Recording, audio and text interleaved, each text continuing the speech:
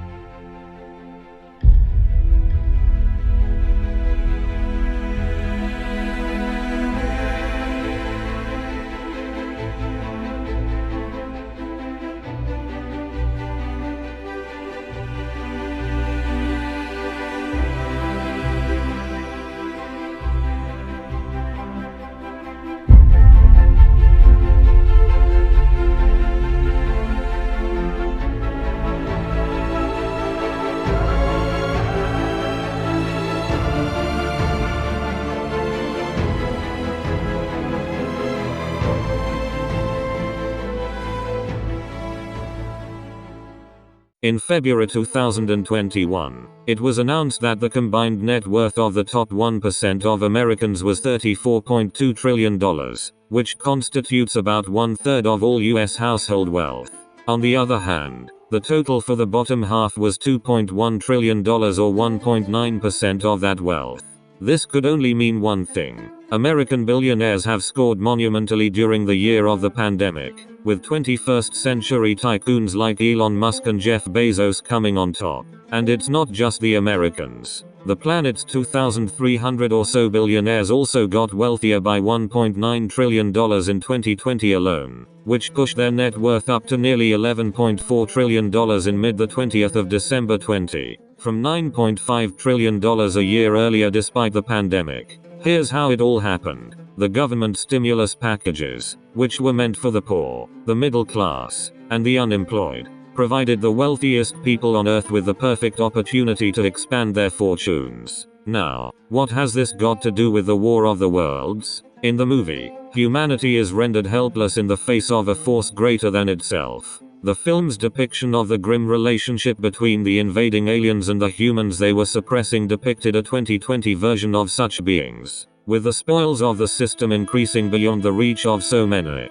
Those at the top ferociously accumulated wealth, while the rest of the population barely got by. So, they became insanely wealthy, while letting the middle class and the poor drown in their misery. Today, the top 1% of Americans possess more wealth than the entire middle class. And it has all been directly or indirectly related to the Federal Reserve's actions. Because of the Fed's ultra-loose policies, they made it cheaper to borrow money, but not as attractive to invest it in low-interest rate, less risky securities like treasury bonds. As a result, the Fed incentivized those with extra money to grow it through quicker, often riskier investments in the stock market or real estate. And by 2020, the War of the Worlds declared by the ultra-rich on those seeking a haven from the atrocities of the coronavirus-stricken cities reached a limit beyond the power and means of the impoverished majority. So, when the US and other world governments announced COVID-related stimulus packages that extended unemployment benefits and protection programs for smaller businesses, The tax breaks and stock investments provided the well-off with an opportunity to score yet another all-time high.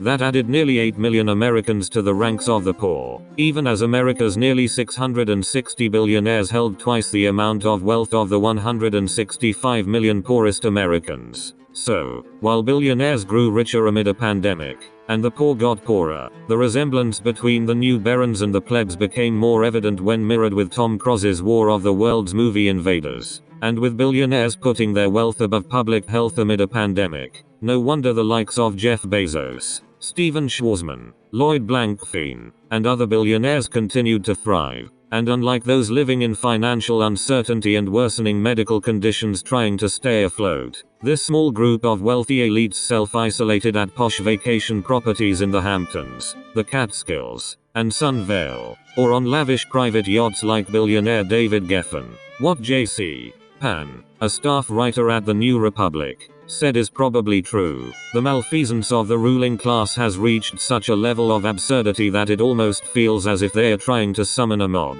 No wonder Donald Trump went on air on Fox News on the 24th of March, 2020, and declared that he would like to see the economy opened up and just raring to go by the 12th of April. According to Jen Armstrong, a senior research analyst at the Public Accountability Initiative, this arbitrary deadline was set by Trump at the behest of his billionaire friends and was much earlier than what health experts predicted would be necessary to mitigate the spread of the virus. This is a perfect example of when governments prioritize big business over public health.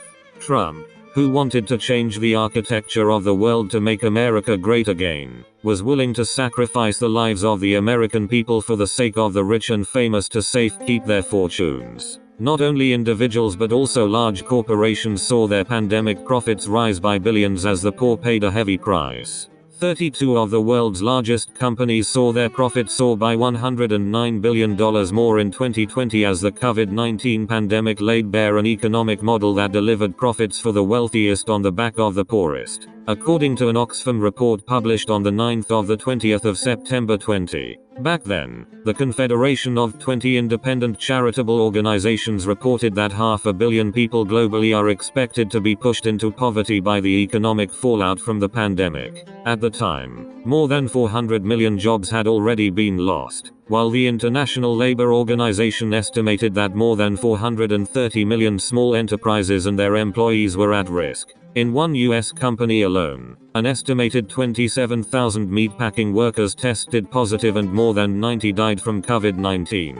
Needless to say, even during a pandemic, plutocrats prioritize profits over people, and the maxim "we're all in this together" is indeed the biggest lie of all. That's all, folks.